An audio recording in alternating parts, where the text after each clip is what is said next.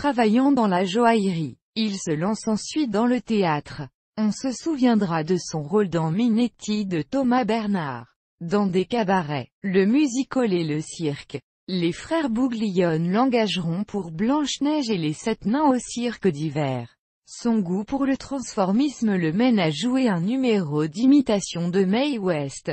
Il s'amusait aussi, selon plusieurs témoignages, à passer pour un enfant. Il mesurait 1,23 m. Il débute au cinéma en 1941 dans Les Visiteurs du soir de Marcel Carné, alors qu'il n'a que 18 ans. Puis tourne dans L'éternel retour de Jean Delannoy, où il fait la connaissance de Jean Marais, qui devient un ami ainsi que Jean Cocteau. Jean Delannoy l'emploiera également dans Notre-Dame de Paris et La princesse de Clèves. Il tourne ensuite avec d'autres grands cinéastes, comme André Hunebelle, Max Ophu Tremael, Louis Buñuel, Christian Jacques, ne faisant pas mystère de son homosexualité.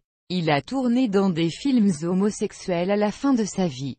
Les réalisateurs lui réservaient souvent des rôles inattendus. Grande duchesse dans Voyage surprise. Psychanalyste dans Cet obscur objet du désir.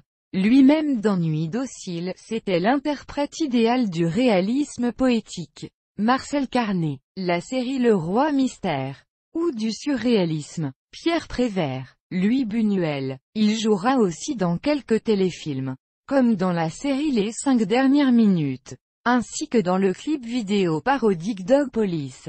Pierral est également l'auteur d'un livre intitulé Vue d'en bas dans lequel il parlait avec facilité de sa petite taille. On se souviendra longtemps de son dandinement caractéristique, de son visage bonhomme et jovial, qu'il a prêté souvent à des personnages maléfiques. Il décédera discrètement à l'hôpital Broca de Paris, victime d'un cancer généralisé. Il est évoqué dans le 390e des 480 souvenirs cités par Georges Perec dans Je me souviens.